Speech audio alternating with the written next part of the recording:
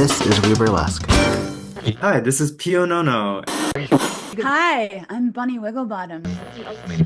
Hi, this is Dandy Dillinger. Hi, my name is Lafrida Loca, and you are listening to WeBurlesque Season 9.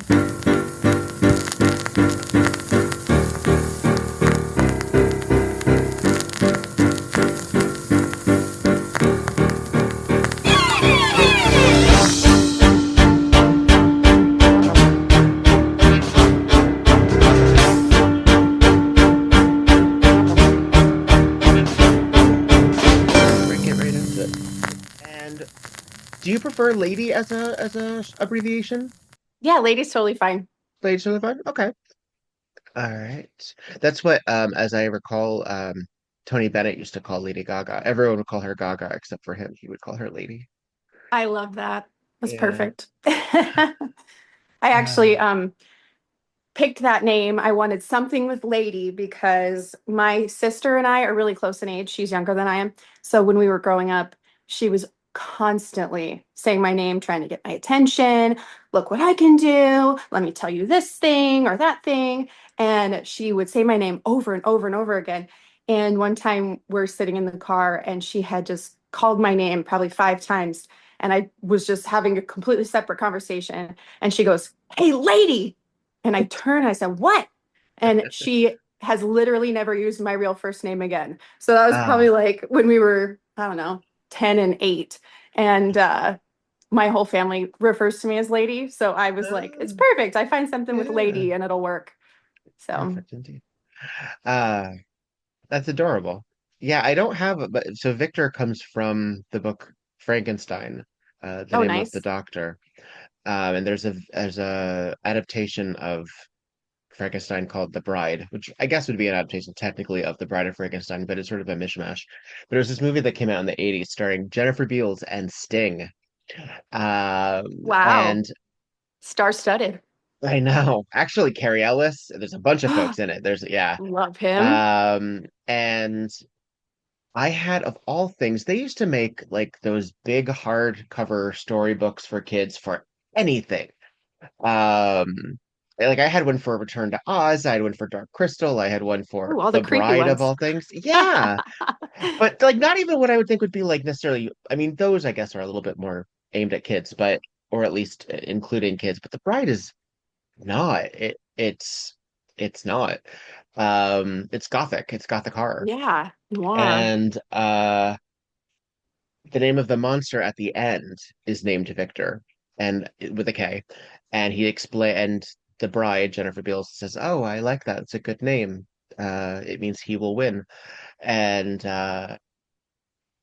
for some reason that stuck with me. So when I had to come up with a name 19 years ago this week, Wow. uh, I chose Victor. And Devon is just a throwaway. It's just something to add to it. I like it. Don't get me Yeah. wrong, but it doesn't mean anything. It's not from something. Oh, it sounds great. Uh, Happy thank burly you. bursary. Thank you. Yeah, yeah. I have to remind myself every now and then that it's been that long, but there was no transition from Rocky Horror. I did that for 7 years with 1 year of overlap. So I've been doing stuff on stage for the last 20 years. 26 years. Dang. It's Uh, uh it's crazy how it kind of morphs from one stage thing to another. I was thinking about what I might say when talking to you on this, and it's like, yeah. how did I kind of end up on this path? And it really just I've always wanted to be on stage. Like I was 4 years old in the Christmas pageant at church, then I'm doing, Oh, community theater camp. yeah. Well, Um, let's do this properly. So, this is We Were Less the podcast, and I'm your host, Victor Devon, and that was your soft open, everyone. This is an opportunity where I get to talk to nightlife individuals in the field of drag, burlesque, and cabaret. Today is no exception, as I have the Lady L'Creme on the line. Hello, hello. Hello. Thank you so much for having me. A pleasure. We just recently shared a stage at the Arizona Burlesque Festival. It was a lot of fun. It was Local for so you, fun. right? Yes. Are you in Tucson proper? Yes, that was actually Surly Wench, where the Arizona Burlesque Festival is the first place I ever performed. So it was kind of like a very cool full circle moment for me to be part of the festival.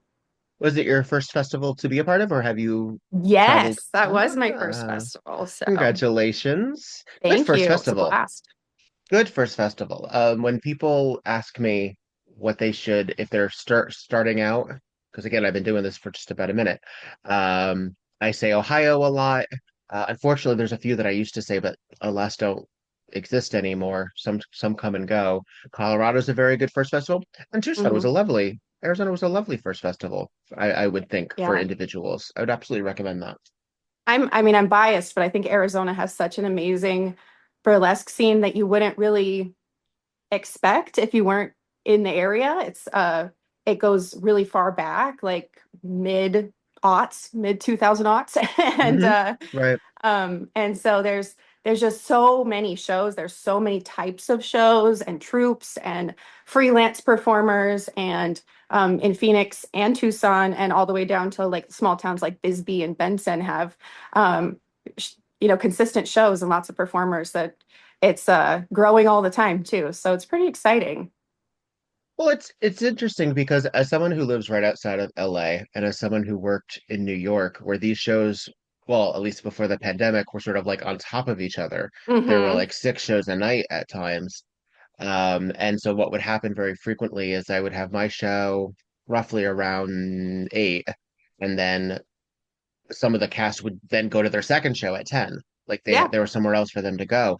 But there's something to be said about a localized regional show where there isn't that kind of saturation, as it were. It does, I think, make it just a touch more, not special to indicate that the other ones aren't, but a little bit more special, a little bit more of an event because they Hmm. are curated a little bit more. And it's not just, I don't know, it feels every once in a while that like, oh, you have so many shows in one night. We got to fill those slots. You got to figure out who can do them because they're going to Yeah. go on no matter what. These seem a little bit more, put together. This a little bit more special, I think. Yeah. Yeah. Yeah. And It's a then, great community. There's something for everybody, that's for sure. well, you have great ambassadors like Desiree Demore and Matt Hmm. Finish, Yes, and absolutely. recently had Itza on the pod as well. I have yet to get Sonia, but Sonia and I have been hanging out at the merch table at the Burlesque Hall of Fame for the last almost 5 years. So we've gotten to Oh know my each gosh. other in that capacity. They're all great. Where does your journey start? You mentioned community theater possibly around 4.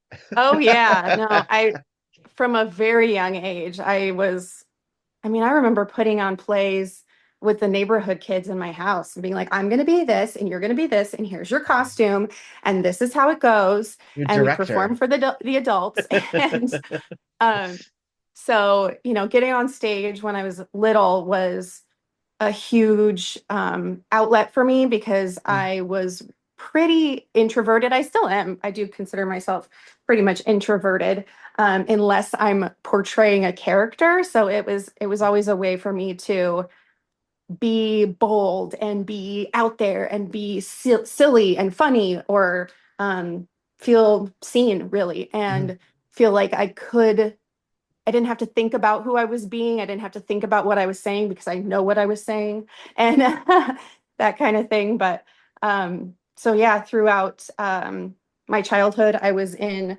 different forms of choirs and theater programs. And in school, I focused on that as well. And in high school, I started doing makeup for shows. I didn't get a part in the musical as a freshman, so I was like, I will do makeup. Let me learn how to do that. And I eventually channeled that to becoming a makeup artist. And I started doing makeup for a pinup photography studio here in town called Flash in the Mm. Past. And if you haven't heard of them, they do amazing Elfgren type pinup photography. And anyone can do it, any age, body shape, size, gender, but you can be turned into a beautiful classic cheesecake pinup. So that Lovely. was kind of my intro to the whole burlesque scene because it has a lot of crossover. And I had always loved not only being on stage, but everything vintage inspired and Marilyn Monroe and old movies. So getting into that level of glamour and being introduced to these burlesque shows. I remember seeing my first couple of shows and just being in awe. And I remember the first time I met one of the performers in public, which was Ginger Sinclair, who is amazing. And I saw her in public and I was so starstruck. And then, 5 years down the road, we are became dear friends. And I still look back and I'm like, I feel like I'm so lucky to be surrounded by these people that I look up to as amazing performers and Yes. mentors and inspirations to me getting on stage. And Hmm. so I was just really lucky in that way. But I also feel like the universe kind of aligned for me to get on stage in this way because I've been kind of like hemming and hawing. I want to do it, but I'm scared and I'm not sure. And what if I'm embarrassed? And what if I'm not good? And so my dear friend Natasha Noir had been encouraging me and suggesting and like giving me ideas and like I'll help you do it. And then the troupe at the time that was there decided to create a mentorship program and it was called Burlesque for the Soul.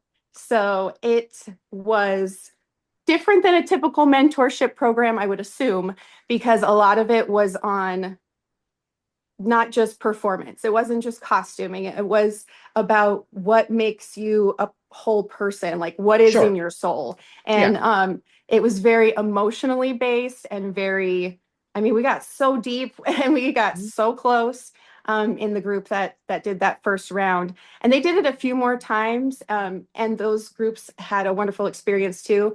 But then it kind of fizzled out and they all separated. But that first group, I Was think, that in Tucson or was that yes. in Arizona? Okay. Yeah, that was in Tucson. That was at the Surly Wench, and that was Stormy Lay and Bunny Boom Boom and Natasha Noir, Lola Torch, and they were just absolutely amazing. And I felt like it was like a spiritual experience. It completely changed my life. Hmm. Um, During that time, actually, I had a, I will say, I probably should give like small trigger warning. Okay. It I experienced a pretty serious capital T trauma. Hmm. And it was probably like halfway through the program. And so I was like, you know what? I think maybe I should just step back. Maybe I don't want to be in the public eye. Maybe this isn't something I should be doing. I should just take a break. Um, but luckily I didn't. I kind of took it as the opportunity to decide who I wanted to be moving forward and decide how I wanted to live my life and whether that was going to be hiding so I wouldn't have bad things happen to me or demanding respect and demanding to be the one that's in charge of Hmm. my body and my life and my sexuality and my Hmm. creativity and the way the world sees me. And it was such an empowering experience that first time I went on stage.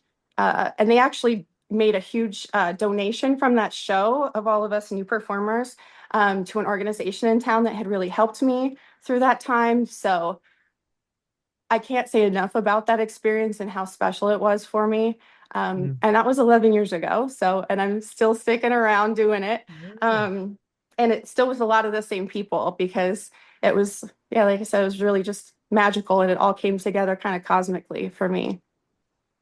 Well, that's the thing is burlesque and the creative arts in general, we do spend so much time pulling from our own experiences. If anyone has taken an acting class or has taken a dance class, a lot of that is channeling existing, often trauma. Although there Hmm. are moments that we do also are supposed to inhabit moments of levity and happiness. Um, and burlesque is such an interesting version of theatricality because it is such a small amount of stage time. Hmm. So much work goes before and after it for just a little bit of time. Even if you Right. have a small part in a stage show, you're a small part in a 2 hour stage show. So in theory, you're still in the wings, you're still backstage, there's still a thing. Um, and in burlesque, it's really and drag, I would imagine, depending on the region. If you go New York, however, a lot of shows are like an hour with one performer. But if you go in other shows, it's like one act as well of sort of like this burst. Right. Um, and there's a lot of before and after that I don't know if we all as entertainers take for ourselves and recognize and um not just channel, I guess, prepare our bodies and for that emotional response. Because even if it seems like a just like a, an inconsequential, and I mean that hyperbolically, uh, gown and glove number where it just seems like no one's really stressing out about that. No, we have bodies, we have energy, we're responding to an audience. If somebody gives us the stink face, if somebody's gives us whatever we're going through in the day before, um, and just doing that is such a monumental moment for us to then come off stage. Hopefully, we don't crumple. So there's a lot of conditioning. There's a lot of that needs to be taken into account. So I'm really glad to hear that there was that sort of base for you in learning that, because that's something that I think the wellness of the artist is still something that still is revolutionary for a lot of folks. And then one reason that like it's so important to like Pearl Noir and that it's so important to a lot of our burlesque people of a certain age, of a certain echelon, because they're the Mhm. ones who realized, oh, we're not protecting ourselves. We're not taking that into account. When we think, oh, I'm 22, I can just go out there and do anything. Can you imagine going out there at 22 and thinking you could do anything? Yeah.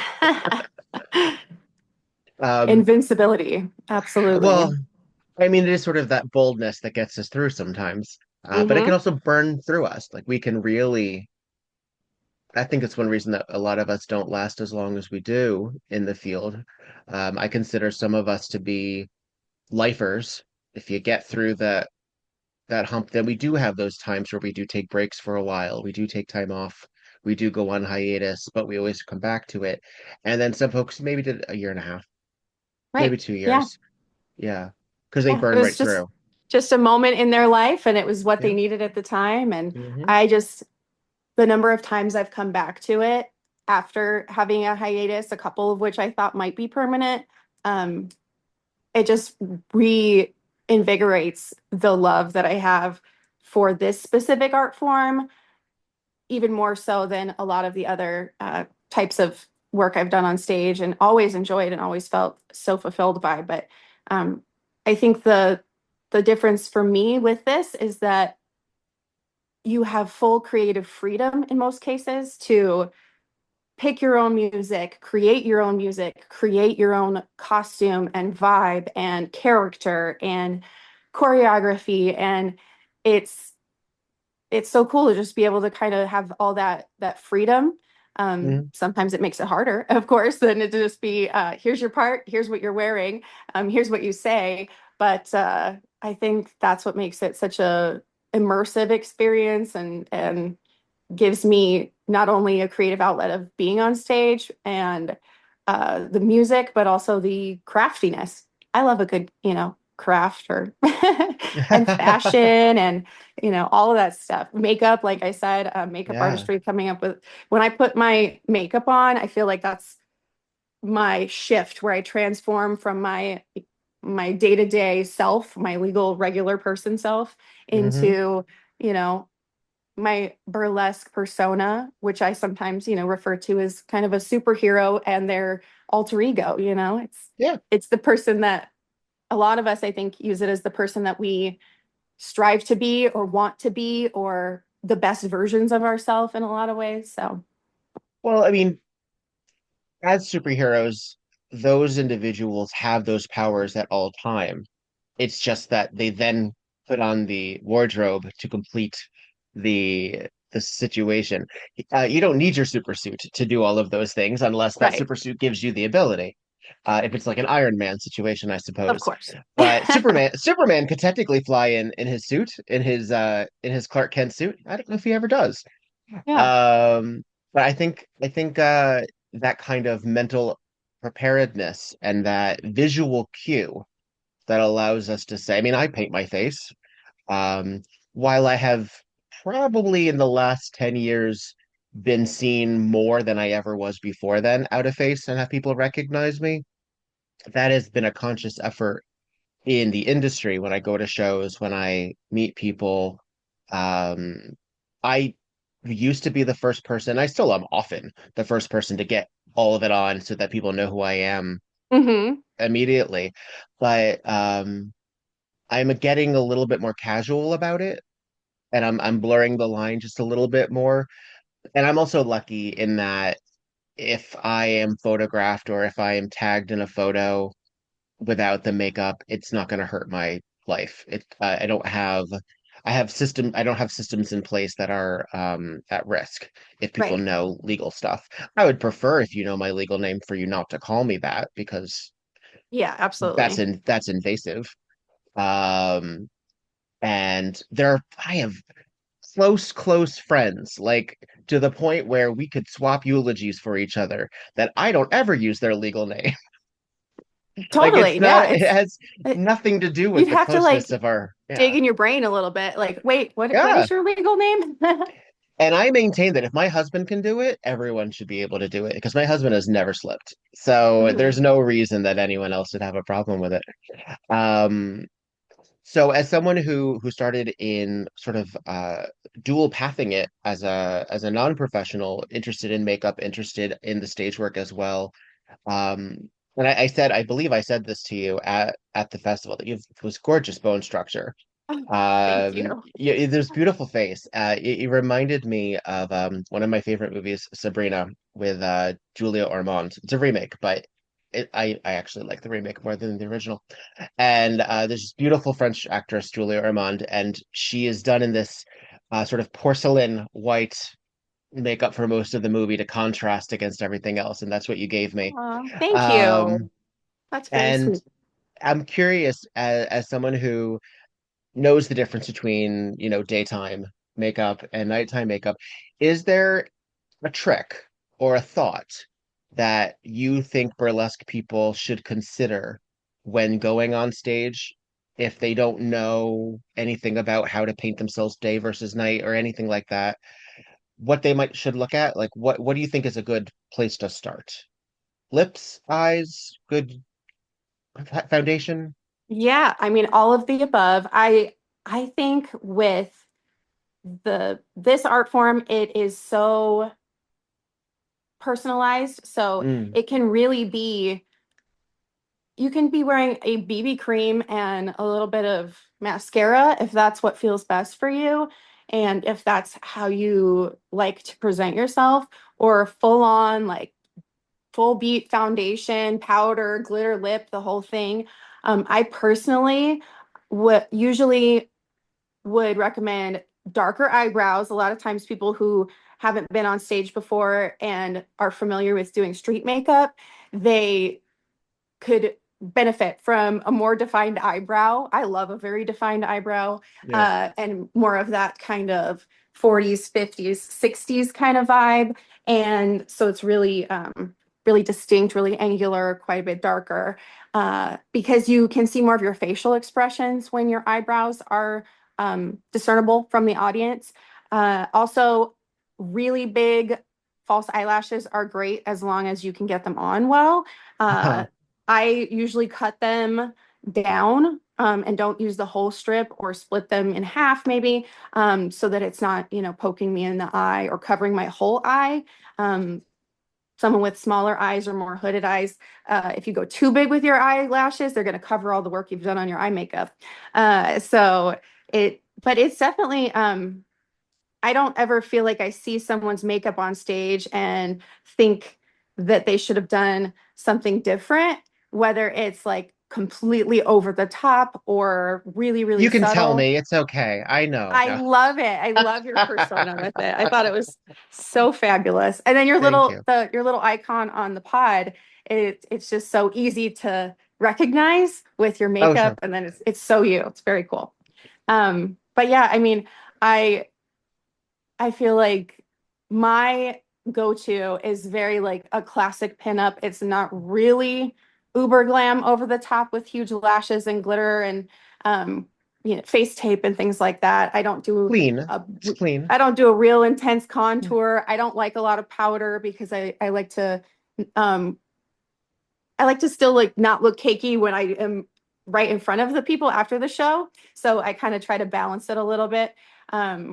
Whereas I totally get it if someone's on a huge stage, that you need to layer it on quite a bit more. Mm. So yeah, and I also think finding the perfect shade of red is really great. If you find the right undertone for you, then you can find your signature red lip, which is always a yes on stage, any kind of stage, any kind of performance. I think red lips are great. So I'm always on the hunt for a perfect red lip, and I'll have one that I love for a few years and I'll stick with that, but always keep trying new ones because someday, you might find the most perfect magical one you've ever seen. So Yeah. I think as people get photographed more, they learn what they may want to play oh with. yeah. Mm-hmm. Um, I mean, I learned a lot. The first 2 years that I was performing, you have to remember this was 2006, 2007 into 2008. So, yes, we had digital cameras, but we weren't posting everything online yet. We weren't Mm-hmm. posting, like, we didn't have Instagram. I mean, we had Facebook, but even that took effort. That took minutes and data plans. So, when I was first looking at photos of myself, I'm like, oh, I keep my mouth open a lot when I perform. Okay, I'll adjust that. Oh, I look really greasy in a lot of these photos. I need to powder because I didn't. What the hell did I know? I was also basing this off of years of doing Rocky Horror makeup, which is an entirely different storyline. And I was already painting very white for a Frankenfurter. Tim Curry is Mm-hmm. not that white. That is rookie mistake. But then you look at like this, like we have these gorgeous drag icons that show tutorials, and I Mm-hmm. really love that we have our Sabrina Carpenters and our Chapel Roans that are like doing extreme makeup again, and Yes. I find that to be a delight because there was a little bit of time where I fell in love with NYX Cosmetics, and then suddenly all of their high pigments were gone, and I was like, what happened? Why are we all beige? And then Yeah. you look at, the celebrities in motion. I'm like, oh, because they're all doing earth tones. And I'm like, that does Yes. nothing for me. The clean girl trends are I don't like it. I don't like it. not for me. And then, I mean, that was because that was like, the height of like the Kardashian Mm-hmm. layering of tans and browns. And Brown, it's like, tan, it's not, bronze. not Mm-hmm. my, Mm-hmm. not my vibe as a clowny individual. And fortunately, we have things like Juvia's Place and a lot of really great high pigment companies again, which I find often are the ones that are black owned because they pay attention to the Right. fact that these colors have to look different on deeper skin. Right. But yeah, yeah. I'm Yeah, glad it's we're getting back to the to the color. glam, to Yeah, the full look, the please. 2015 vibes. Please. Or for me, it's more of the 50s vibes, 40s vibes is my personal preference. Well, that's But interesting too yeah. because a lot of the photography is black and white. So Mm-hmm. it's looking at what created that to get to those lines, and Absolutely. even you can be extreme in black and white. Look at Gottmik. Absolutely. Totally. Yeah. I love a black and white stage photo. I think they're so I don't know. Feel like you see more of the emotion in them or something when it's not in color. But Mm. I love when the photographer sends back options that aren't all in color. It's very fun. Yeah, we just got a few of them back Yeah, they from were great. Arizona. Yeah. Yeah, I know. Yeah. Well, because also, excuse me, Samuel. I'm sorry. The cat is very, very needy right now. The when you're playing with so many colors, also those that changes when it comes to black and white. It doesn't just become Oh yeah. black and white. It becomes shades of gray, and it's still Hmm. texture and things like that as well. Yeah. Um, The so depth and the shapes and everything like that are really yeah, more the focus than of course the color, the pigment. But yeah, I think that stage is the stage I've performed the most on. hmm. And so it's quite small. It's quite an intimate uh, Oh, venue. Not necessarily there an are intimate some venue, but the postage stage is, stamps in New York. You can't yeah, oh, just I bet. I imagine. bet. So, but then if you're performing on a stage that has a huge, rows and rows of chairs or Mm, um, is more of a traditional like theatrical stage, then you kind of have to change it up for that, just for being able to be seen in the back row is always the goal. So Yeah. Did you attempt the stage, the non-burlesque stage as well? Did you go into acting and things like that as a young adult?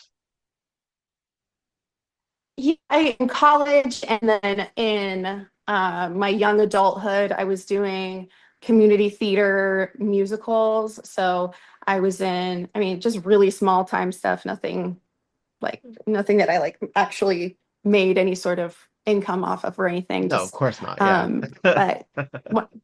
but like I got to be in the ensemble in Sweeney Todd at a theater here in town that is kind of historic. So that was a really cool experience. And I got to do a lot of the makeup on that show also. So that was a blast because it was kind of the opposite of looking glamorous. I was trying to make everyone look like really Gaunt. hollow under their eyes and really like gaunt and creepy. And so that was a blast. And I a couple years ago did my first musical after about 10 years of not having been in one.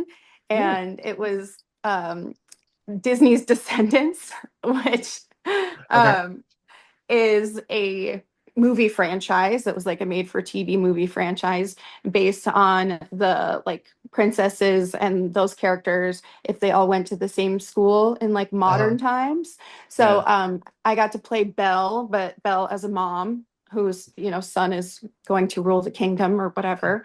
So that was a blast. And I previous to that, I actually worked part-time for several years as a princess for kids' birthday parties. So Oh, wow. so I kind of was able to segue though that I into could being see back on that. stage. You have a So lightness yeah. about you. I could see you. Yeah, I could absolutely see that. I mean, you gave me that in Arizona with your Mary Poppins. I mean, for the first half, then you got real slutty, and I love that too. But Well, thank you. Thank you. but that sort of cheerful, like I don't know what you would call that sort of Disney princess quality, but grace, yes, I think grace would be the word. Thanks. Yeah. I love it.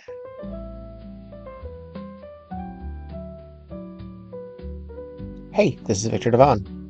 I know it's difficult to strategize how to spend money and where that money should be going, and I thank the folks who have found some way to support financially this podcast. Massive love to the people on patreon.com/WeBurlesque. Thank you very much to Courtney Jones, Dottie Rebel, Charlotte Strudel, Pura Stilton, Luna DeLay, Goosey Gander, Roxy Reverie, Faye Havoc, Tiffany Lane, Madam E, iRed, Shimmy LaRue, Curly Bright, Oliver Swisky, Sebastian Crane, Alex Collode, Bo Bridges, and Stormageddon. Love you very, very, very, very much. If you would like to support the podcast, you can go to patreon.com/WeBurlesque, and I promise you those dollar bills go to servers, to advertising, to actual real costs, including WordPress, GoDaddy, and people who need my money. So thank you very, very much for help supporting the podcast, and thank you for amplifying the voices of those upon it. Love you very much.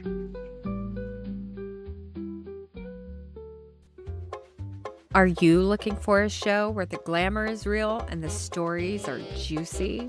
Learning about history is fascinating, especially when it's all glitter and glam. Join May December and me, Iona Fortune, for Let's Burlesque, where every episode dives into the dazzling world of burlesque legends, scandals, and stardom. You can find us twirling it on TikTok, Instagram, Blue Sky, and Facebook. And check out even more backstage goodies on our blog at letsburlesquepodcast.wordpress.com. Because talking about burlesque history keeps the tassels spinning. You can find Let's Burlesque Podcast wherever you like to listen to your podcasts. Papa Pasty.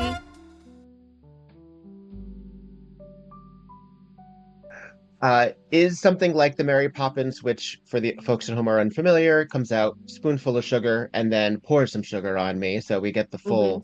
the full vibe. Uh, is that evocative of your style often? The sort of switch up from grace to dirty? A little bit, yes, kind of that concept of going from more sweet and innocent into more gritty and sexy. Hmm. I do have probably a good number of my acts are like that, but that is the first one that I ever did that was a, a known character or a cosplay or a, Okay, kind of a sure. funny, vibe. Oh, that's not true. I do a Marilyn Monroe homage that very few people know because it wasn't one of her big movies. But yeah, that one I would say is kind of the most nerdlesque that I've ever done. Is Mary Poppins, which is so fun. But yes, I think very early on, probably I think my second act that I did was very, very sweet and very girly and very Hmm. feminine and smiley. And then transforms into just like I'm like just a really sexy, beautiful, strong woman that's in Vamp. charge of my own Yeah. sexuality and very just like I don't know, bitchy energy that I love. That's just not the personality that I normally have in like day-to-day life and present to the world. So um, it's kind of the dichotomy and the personality that I might have a little bit of inside, but that I only really show when I'm doing those pieces. And those kind of tend to be the most fun to just kind of be like, I can be both. Yeah. Well, I mean, Get you a there's girl who a can do both. exactly. Well, there's a reason that, and also that easy storyline. The audience will be it's not a thinker. The audience isn't like, but why? Mm-hmm. No, we get excited. There are good cues for the audience to know when to cheer, when the moment is. And I Mm-hmm. think that's very helpful in burlesque, to hit those notes, to let them know you have permission because you're feeling this with me. That suddenly, Yeah. whether you go from like housewife to denizen of the street, Yeah. this happens a lot with like S&M acts where they go very proper to the yeah. I don't want to skate past that Marilyn Monroe reference though. What was it? You said it wasn't a hit though, but as a Monroe fan, I have to know. Oh, I do. The movie No Business, like Show Business, has a scene Yes. where she's on stage doing a song called Tropical Heat Wave. And Yes. so I have a replica of the costume that she wears in that, which is very over the top and super fun to wear on Yeah. stage. And but yeah, it's very much I try to kind of replicate it as closely to what she does on stage as possible without having a crew of men in Chorus boys, yeah. yeah, chorus boys in little vests and giant fans and carry me around on stage. Maybe Maybe someday. someday. Yeah, Irving Berlin. Heatwave, absolutely. Yeah, there's these archetypes as well. And I mean, someone also that sort of sex kitten Marilyn is a great reference, obviously, for a lot of Mhm. burlesque people too. Even though she wasn't a burlesque performer, you can still see that sort of acceptable naughtiness, as it were. Mhm. That because it's at this point, yeah, it seems pretty PG, but at the time, I mean, I mean, if you look at something like Some Like It Hot, she's wearing nude illusion during Right. half of that. Just the shape of her body is Yeah, is a risque statement. for such, Yeah. And that is obviously in such a high contrast to like the up and down bodies that Tony Curtis and Jack Lemmon have because that's the joke. But it's sort of like see how they don't pass because here's a real woman. And she's obviously sort of a fascinating character for us as a public figure as well because of the the tragic story of her. Absolutely. The more we learn about her, where we're like, damn, she was really put through it. Sort of like the original Nickelodeon kid, it seems like. But Right. Absolutely. yeah, yeah. As And someone who Shirley Temple and Judy Garland and all of exactly. these beautiful performers or funny performers or whatever the case may bring that they've brought something beautiful through art, but they've suffered so much. And Mhm. I think being able to relate to people that are big, huge stars or so beautiful that you just feel like it's otherworldly, they can't even be human, but then knowing that they really are just as human because they've experienced the same horrible things that, most people have some sort of experience with, and makes them Mhm. more real and more relatable for sure. Right. And that's an interesting thing too, because burlesque is so much of just the fantasy. It is those Hmm. 5 minutes before and after the trauma where you just go out there and you just sell it. And if this was a movie, like, well, I guess a recent example would be something like The Last Showgirl. I don't know if you saw that Hmm. with Pamela I did, Anderson. yeah. Um, I had feelings about the film. I found it to be, I thought she was great, as naturally I expected her to be, but I did not feel it to be a very introspective, personal story. I felt it to be very kind of superficial in an odd kind of way. I wanted to know more about her, and I don't think we got enough about her for a movie called The I Last agree. Girl. Yeah. I mean, Um, you can insinuate that what types of things that she's been through in life from some of the yeah. plot points. And I think Jamie Lee Curtis's character too. You can kind Oh, of great. Yeah. assume assume such a uh like series of events that probably happened to them and be pretty close to what the writers would have Hmm. thought would be their backstory, just because of their behavior and their mannerisms and things like that. Because I mean, we've all probably known people that remind us of that in one way or another. And but yeah, I I did just, think it could yeah. have gone deeper into the why. Why is she this way? How did she Or get just here? the And present, like just deconstruct it a little bit more. Like it's a movie. You have lines you're allowed to say, and this is how I'm hmm. feeling now. Like I just felt, I don't know, there was like the motherly aspect of her as well with her, and Hmm. not just the literal motherly, but the house mother aspect of her and Right. Kiernan Shipka and the other showgirls. I don't know. I felt like, well, was she actually a motherly figure or was she just the oldest? Like it just seemed like I Yeah. couldn't follow that narrative either. Um, I wanted a little bit more. I just wanted a little bit more, just a little deeper. Yeah, sure. I Um, did. I also liked how put uh they kind of put out there that while she had been in that role for such a long time and was so gorgeous and so beautiful and stunning when she was young, that she was never a super talented or accomplished dancer necessarily. mhm, And I thought that point was kind of interesting because I would think that someone in that role on that stage was like, Rockette level trained. But I thought it was kind of interesting that they pointed out that a lot of times people are cast or get these, you know, headlining parts or whatever solely based on the way that they look, and yeah. and then we may feel jealous of them, but then that person, all they have to feel like is of value of them is the way that they look, and so that's never going to last. And I think Mhm. burlesque is really great to be in as someone who is, starting to feel the aging process, not being in my 20s anymore. I feel way more confident and sexy and accomplished and just like proud of who I am and the way that I look and the way that I feel about myself, in my late 30s than I ever did in my 20s.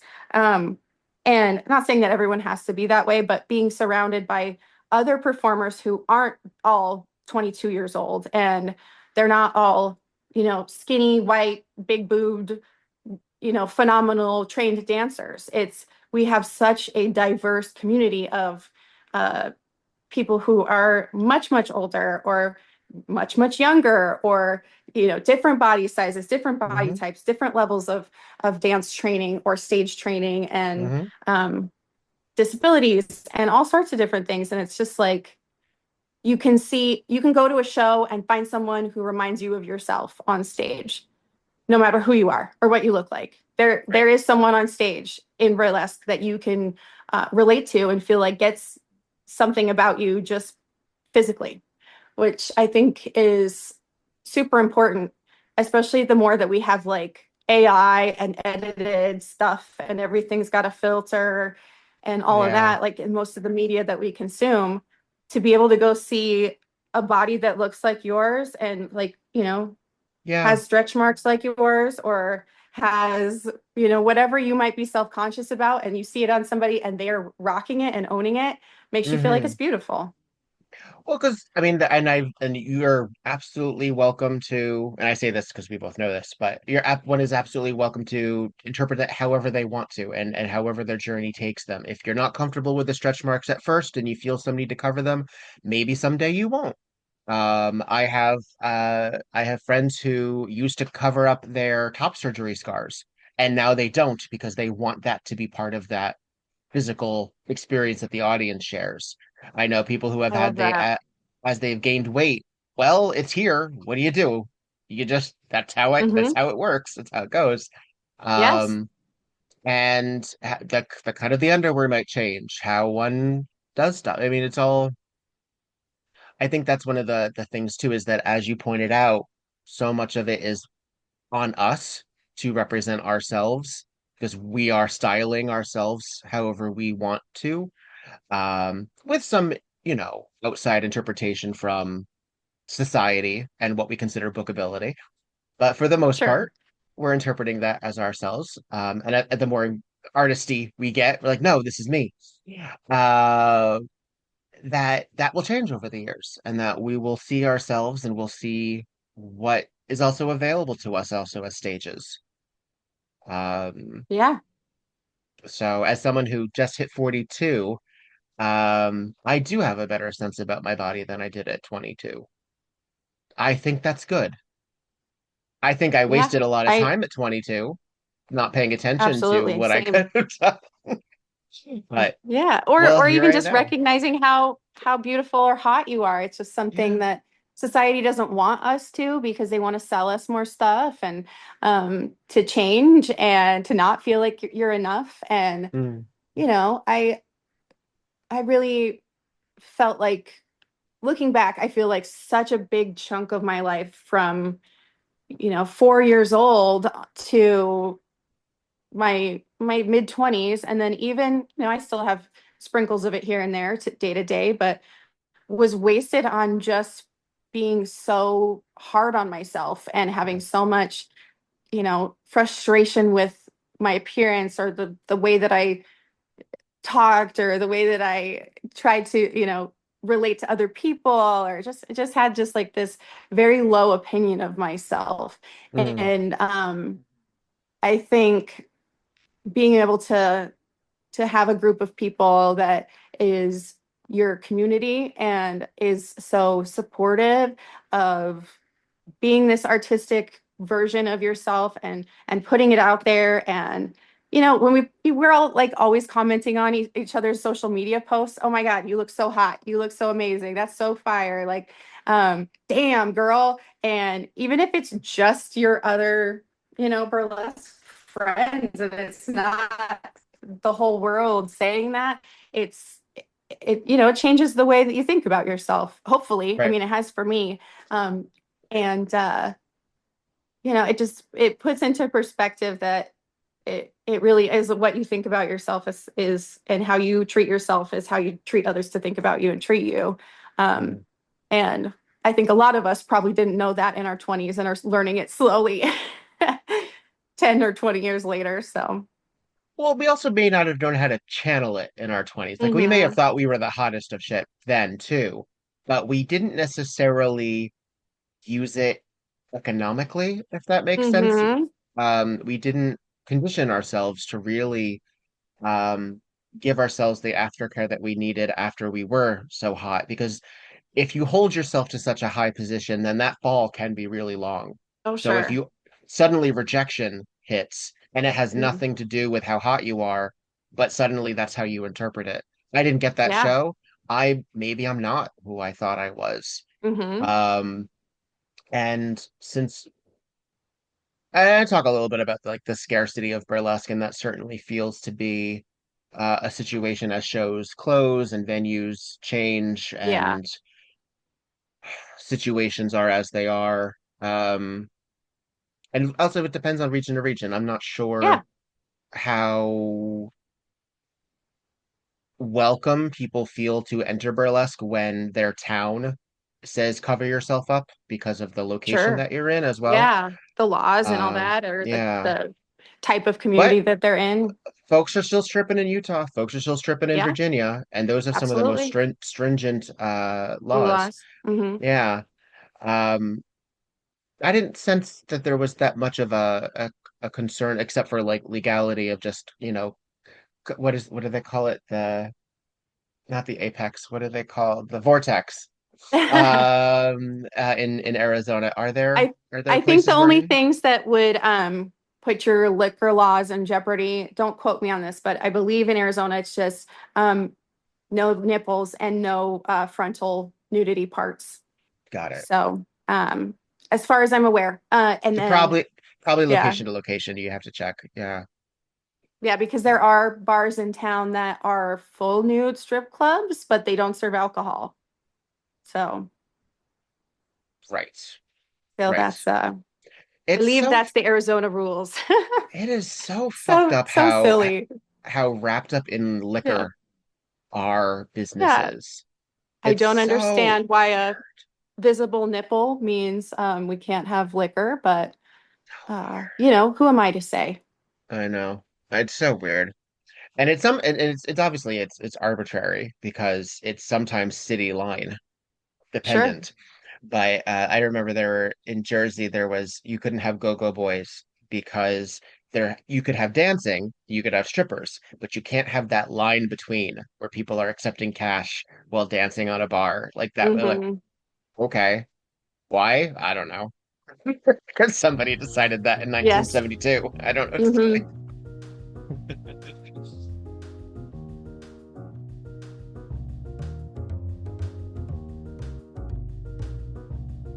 Hey, this is Victor Devonne, and I like socks.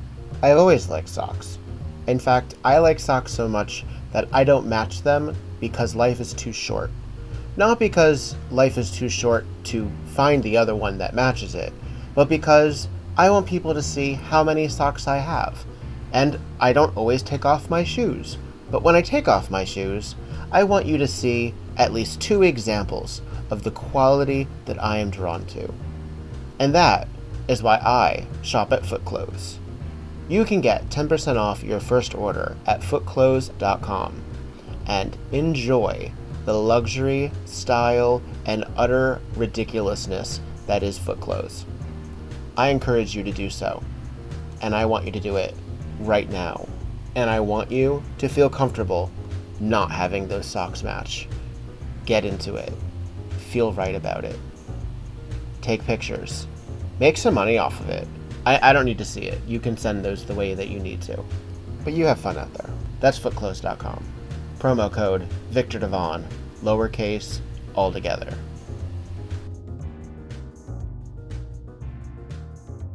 We talked a little bit about this before we got on the record, and you said another major part of your life, obviously, is motherhood. Yes. Yes, I have a son who's 7 and he is a star. He You is see it? just he's the light of my life and he loves the stage as well. He is just like the opposite of what I was as a child, which is great to me. I think he's just so outgoing and so friendly, and he's just funny as can be. And he's absolutely wonderful. I am so fortunate to be his mom. Um, I, when I was in high school, I started volunteering at a local children's shelter, and it kind of changed the trajectory of my life quite a bit. Um, and I decided that when I grew up, I wanted to be a foster parent. Hmm. And so when my husband and I got married, um, we had talked about it, how that was something that I wanted to do for a really long time. And he wasn't sure about it at first, but we eventually kind of got to a point where he's actually started working in social work and it changed his heart. Hmm. And so we decided to become licensed foster parents. And our son came to us like 2 days after we got our foster care license, when he was about 8 months old. And then his adoption was finalized when it was like he was 3. So it was a long process, but yeah, I did take off time from burlesque during that time,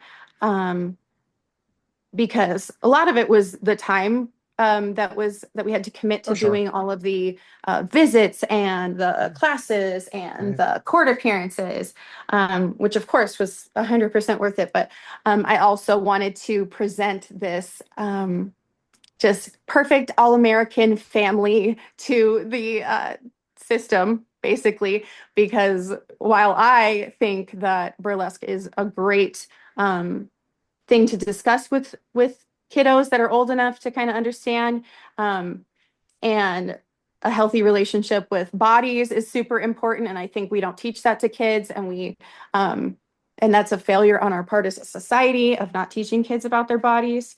But I also understand what society expects and how, different establishments have much more conservative views of things than I might. So, I mean, I made my husband wear long sleeve shirts every time we had visits or went to court so that they couldn't see all of his tattoos. And I wore a lot of cardigan sweaters and The respectability theater of it yes, all. just Yeah. to have like, I just wanted, I am very proud of the mom that I am, but I also wanted to just any person that was going to be involved in deciding that for us and for our future, I wanted to have just zero reason to think that our son was in the best possible environment that he could be.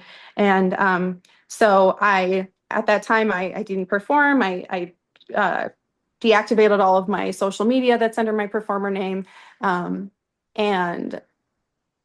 wasn't sure if I would go back, but after the adoption was finalized, I felt pretty quickly after that I really just couldn't be away from the stage any longer. And Mm. unfortunately, that was in 2020. So I was away from the stage a little bit longer because of the pandemic. But as soon as show started back up, I was able to get back into it. And someone asked me the other day, if like when I think I would retire from burlesque.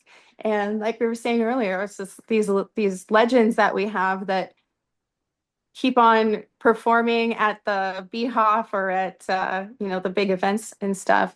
So I feel like I would love to be that person someday that's bringing out an act at least once a year, and Yeah. whether I need a walker, that'll be fine. We'll just put rhinestones on it. Yeah, it is one of those art forms that really does allow for mm, an adjustment as your body changes, or because as many of our disability activists in burlesque discuss, everyone, if they live long enough, will become disabled in some Right, capacity. absolutely. Um, and obviously not all disabilities are visible. So some of us are also have them now when other or our colleagues may not even realize it. But as someone who, when I started in my 20s, I then went through a major life change about 4 to 5 years into it. And then I was like, oh, I probably only have about 10 years to go. Well, look at me now that I went past that already. And part of that is because I never really treated myself as a rockette. I didn't have that to lose, as it were. Um, but I'll tell you, the flexibility still makes a difference. I can feel it in my bones. I feel it in my joints. You gotta condition, you gotta work yourself. Absolutely. Um, and so much of it is also so much outside. Like the world has always been on fire. I mean, I can't imagine what it was like for Mm. people who were growing up during like the Vietnam War or something like that. But we had the HIV crisis, we had the Iraq War, we had Desert Storm, we had Oh yeah. COVID, we've had so many September 11th, post September 11th, so many things that have Us just been like, millennials, we've gotten kind of used to the life-changing events, the Just unprecedented times. I don't know if I knew that life would be so much 24-hour news, though. I don't know. And I Right. should have, because I remember the first two real news pieces I remember being cognizant of as a child were the Waco, Texas fires with David Koresh Mm-hmm. and baby Jessica in a well. And those changed news because so many Mm-hmm. things, like little white girl in a well, I should have known that was going to be a Right. big storyline for the rest Oh, of my life. Uh, yeah, yeah. I Missing white vividly girl in Trump. remember Yeah. watching the O.J. Simpson chase. Yes. That's probably the Yes. first big news thing that I remember seeing, and um, Yeah. and knowing way too much about that case when I was a young child. Well, It's that's it. Yeah. I didn't. That's the thing. Also, is that's an incredible point. I don't know if you really contextualize the fact that some of the most newsworthy at 3 o'clock in the afternoon footage was about a double murder. yeah, yeah, horrible, gruesome murder. Jesus, I like really didn't think about it. And now, obviously, we have incredible political violence, and we're recording this a Yeah, couple of weeks after the Charlie Kirk yeah, assassination, which seems to just have we seem to have had a stopping point. I feel like every couple hours the news on that kept going, and now we haven't heard anything. So I'm a little worried about yeah. for that next shoe to drop. But sort of this weaponizing um of social media and data changing day to day. Um, It is life sucking, that's for sure. I don't know if I could do that as a parent. I mean, there's a lot of reasons I don't want to be a parent, but I don't know how I would explain that to a child when there are so many outside forces that would Oh fuck with yeah, what I want to tell them. Yeah. absolutely. It's raising a child in this environment is definitely scary, and it's definitely something that you have to balance, wanting your child to be informed and prepared, but also not be scared and not live their life with that constant fear, because we just really aren't equipped emotionally as humans to live with this level of constant negative information. Mm. And while it's so important to be informed and to fight for justice, and to be a part of the groups that are calling for and making change, it's you also have to take care of yourself and your smaller communities and your immediate family and their immediate needs as well. And just knowing uh, what level of activism and um, information you're able to take in and still be a healthy functioning person, a healthy Mhm. functioning parent, um, is it's a lot of a balancing act. And I think nobody's perfect. It's really hard to recognize that you'll never be a perfect parent in any, no one will. And you'll always have things that you look back on and wish you had done differently, or things like that. But you know, I am really fortunate to have a really great community of my family members around me, and like local and things like that, to help have like not just me and my husband raising our child. I feel like it's a community raising our child, and he feels that support. Takes a Um, village, so I've heard. exactly, it absolutely does. And so we I feel like we talk about those things at an age appropriate way.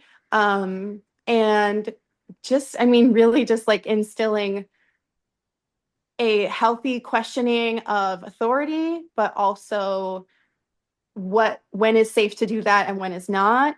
And we talk a lot about boundaries. We talk a lot about kindness. Like, speaking to people and treating people with kindness is something that is at the basis for why a lot of these horrible things are happening in the world, is because people don't, and they're not taught that, and they're just taught to get what they want. And or whether they're taught that at home, or society or media, or whatever. But yeah, so it's definitely a journey. It's not what I would have expected at this point in our human history. So, but you just take every day as it comes, and you try to do the best you can, just like with anything. But Yeah. you know, I've always maintained that my issue would always be other parents. That would be because I wouldn't always want to play along with what other parents sure. want to instill. And I find that to be evidently true because I can't go on the internet without fighting.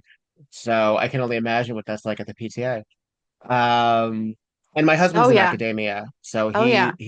he's works with college age students, but he's working with college age students who 4 months ago had to raise their hand to use the bathroom. Like it's like barely adulthood as well. So Right. it's and I never wanted to be that person who, when they grew up, would look back and say, "You didn't know shit." I never wanted to be that person. But God, like Right. yeah. I mean, and that's not just, but the thing is, though, my interpretation then is to, if in fact, as Whitney said, the children are our future, then we do have to assist them and give them agency and allow them to tell us what they're thinking. Because I remember being Yeah. a child, and I mean single digits, wanting to express myself, wanting to articulate, and not necessarily always Hmm. having the resources. And I was in a very Oh safe yeah. place looking back. Looking back, I could have come Hmm. out as early as my inclination was 10, 11. Something was going on. Yeah. And Um, been I supported. was I mean, and the signs were there. I was a faggy 7-year-old. So, I was obsessed with Madonna, musical theater, and I didn't understand why I couldn't wear dresses. Now, what's interesting is that now that I am an adult, I rarely wear dresses. I almost never wear dresses. So the Yeah. idea that somehow that would have put me on the a path towards what a lot of conservatives are so afraid of Hmm. is sort of laughable. And it's sort of like, it's we're so afraid of our children being their own identity because we're Right. afraid that that we have to blame the outside forces. Well, of course there are outside forces, but it's just so exhausting. And we can't even decide what a child is because legal wise, we try kids as adults all the time. Right. Yeah. I mean, the rules are different for every different circumstance. Everyone. And I mean, it's like if you look at the minimum ages of marriage in every state Mm-hmm. in the United States, I mean, some of them are like ridiculously low. Yeah, And I think California doesn't even have a limit. I think they don't have a minimum age. So it's probably. pretty wild, like what we expect of kids these days and what we Yeah. allow Well, kids to have to carry the burden of, with all of the information that's constantly being thrown at them and funneled into their brains. mhm. That we didn't experience that, and it's But we I feel also like didn't experience cholera as settlers either. Like that's true. It's very true. every Just generation I and mean, every in Oregon Trail, we did. yes, that's true. I frequently died of dysentery. Yes. Ah, so what do you hope as you continue being an artist? And again, we said there's no Mhm. limit. We get to decide just as we present ourselves, how often to present ourselves. Yeah. Is there what is on your itinerary that you either look forward to getting to or that you do you have a further ambition um locally or outside of Arizona? Yeah, my goal is to perform at least a few times a year Yeah. and to be able to kind of continue to expand the area of which I feel comfortable in. So, um, I've been applying to more things that are out of the state and things like that.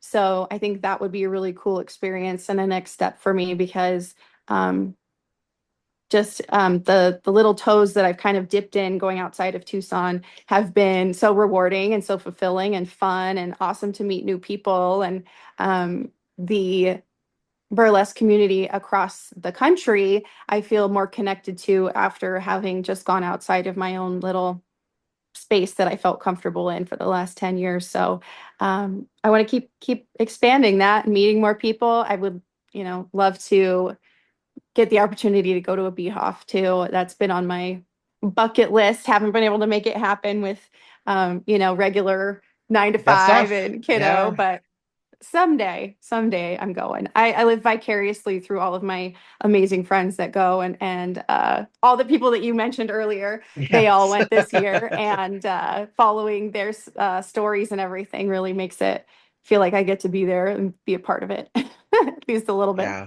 Yeah. Well, you're married to a civilian, right? A Yes. non-performer? Yeah. Yes. So, do you think that I don't know how to ask this actually, because I think it would be different if I was married to a performer, but I guess in a way he still is a bit of a performer because he's an academic. He's still in front of students teaching and Hmm. articulating. But do you find that being that his balance to you is helps ground you as a creative who might have so many things that you also want to accomplish, Oh or yeah. facilitates? Yeah, it's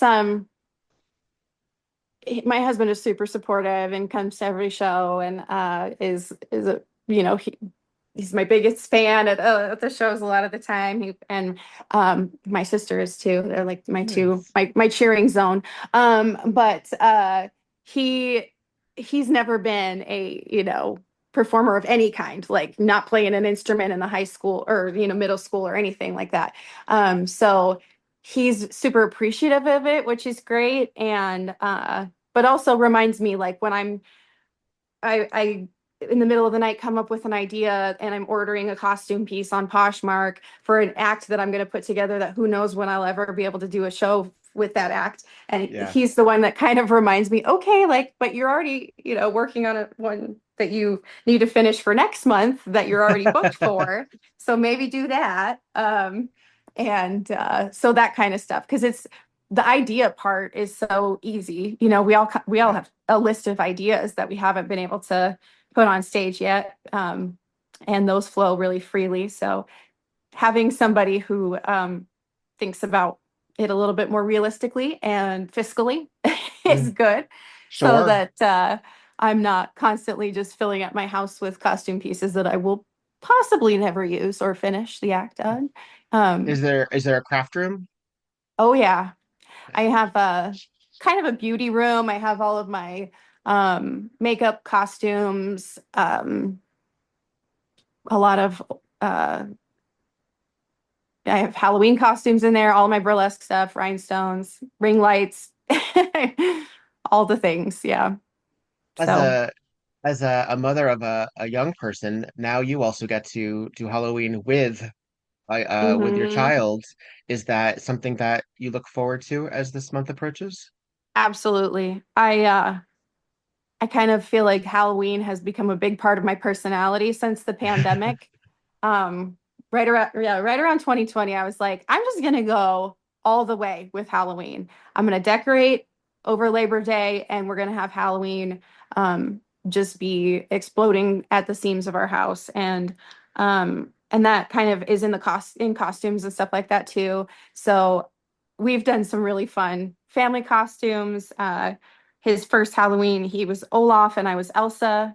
And Oh, I one can't picture year, you as a blonde. Interesting. I'm trying to think about it now. Interesting. yeah, Okay. yeah. And we have done I've made his costumes just from characters that he liked that we put together costumes most years. Last year he wanted to be the Hulk, so that one we just bought. But this year he wants to be Fred from Scooby-Doo. So I've already bought him from a pair of blue flare corduroy leggings, and I'm looking for a child-sized dickie to match those. If you don't know what a dickie is, it's a little collar that goes inside your shirt, but it's just the collar, so you don't have to wear Uh-huh. a whole shirt under your sweater.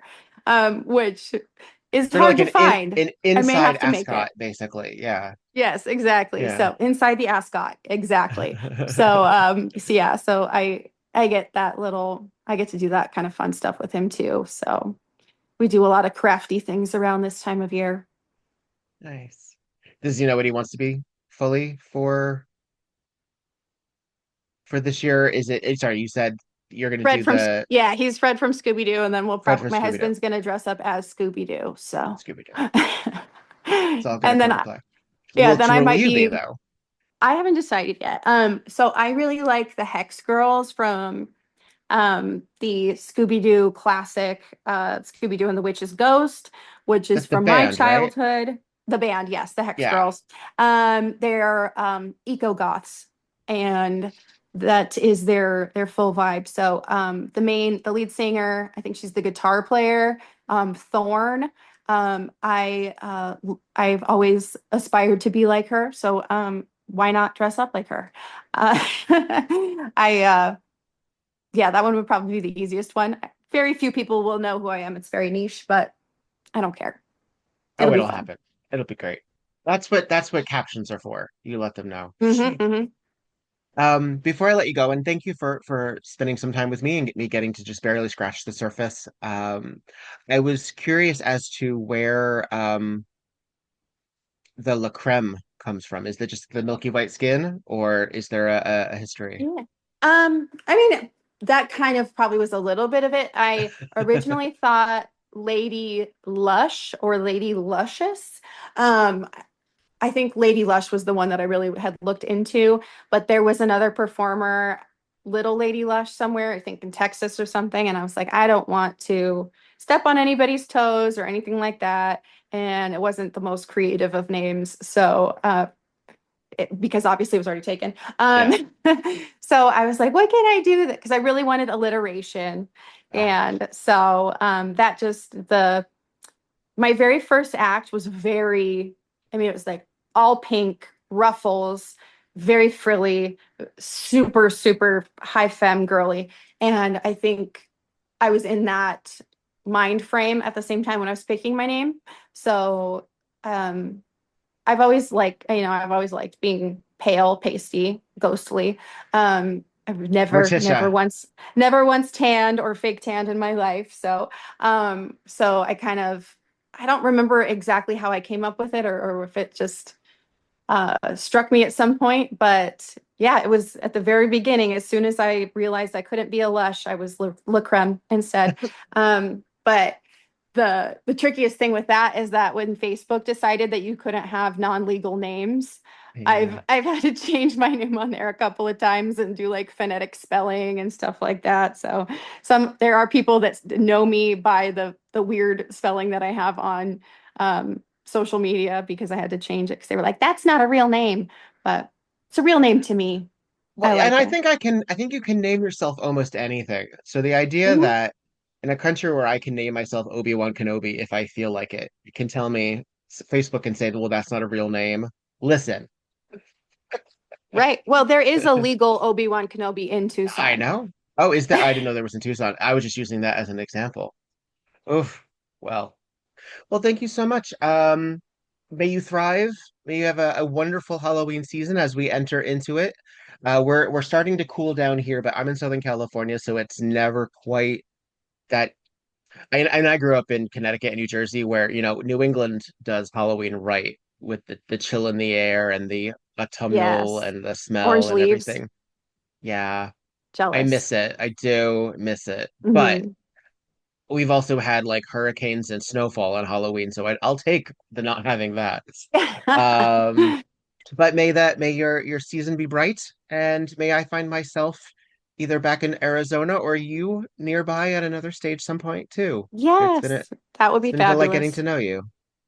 Mwah! Thank you Be so much for well. having me. My All pleasure. right, you too. Have a great All right. day. Bye. Bye.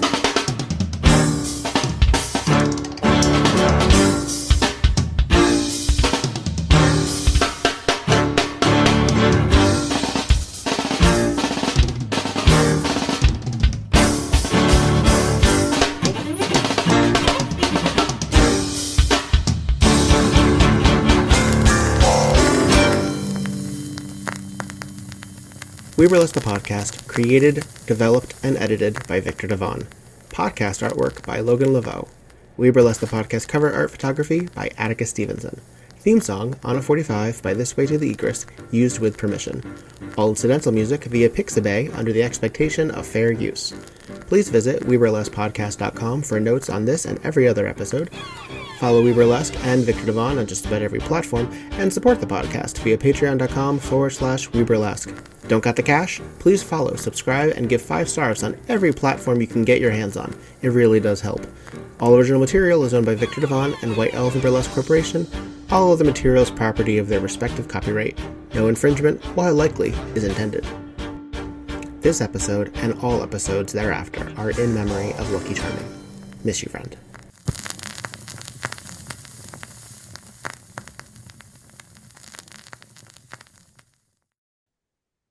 And that's it. Woohoo! Tonight on Murder, She Wrote. Hooray! Hey. Yeah. It's kind of Piper Laurie and Brenda Vaccaro at A Love Child. Thank goodness. I want to know her. Nails. Yeah, where's her series? That's what She's I want. fabulous. The son is Joaquin Phoenix. I know. Isn't that nuts? And he is an ugly little kid. I'm sorry. We're just like, hey, remember when this guy was in this obscure Broadway show in 1976? Right? Look at him in those tight pants. Yum. Well, because there's not But a we lot do really get- going on. It's Yeah. supposed I mean, unless you're listening to the dialogue, which frankly, audience at home, you can do without us. We're just Yeah, do learning your own about work, some of these damn it. backstory. But Right. Boswell put her up to it. Yeah. And then Trish had to be killed because she realized that Boswell didn't have her interests at heart because Teddy was the inheritor. Yeah. Playing her like a fiddle. Oswald knew it, and Trish just gulped it down like one of those martinis. And then tossed it onto the law. And then lost her head. Poor Trish. Trish loses her head. This is Viktor Devonne. And this is Petra Fried And this is Tonight on Murder, She Wrote.